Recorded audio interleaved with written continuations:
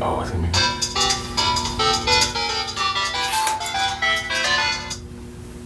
Hello? I think we got it.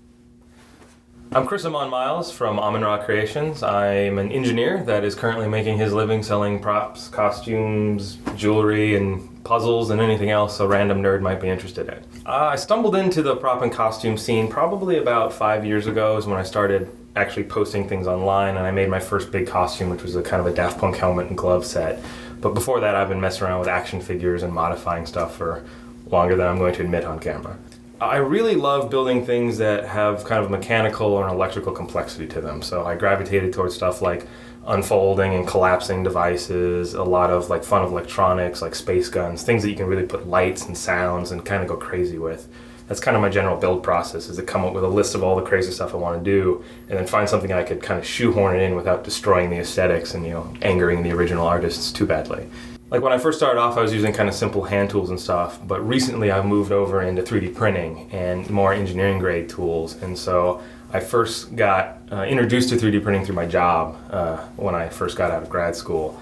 And I had to learn a bunch about how the machines work and then the kind of unique finishing techniques that kind of come out of the 3D printing plastics and then all the different varieties you can use. 3D printing has a lot of interesting benefits and detriments. Obviously, it's very precise and it can do very small things. So it's really great if you want to make something that's perfectly symmetric, everything perfectly lines up and is perfectly square. But it's also a volumetric-based building science. It's additive. So for every ounce of material you add, you're paying, and it's very expensive materials. And so you have to be very, very conscious about your ultimate size and also wall thicknesses and eventually the finished volume of your piece, because it's going to affect your part cost exponentially. Recently I've been dabbling into the areas of kind of slightly less accurate props, and so I'm really looking forward to kind of going further into that to kind of come up with goofy phone systems or kind of quasi-original or fully original blades and swords and guns that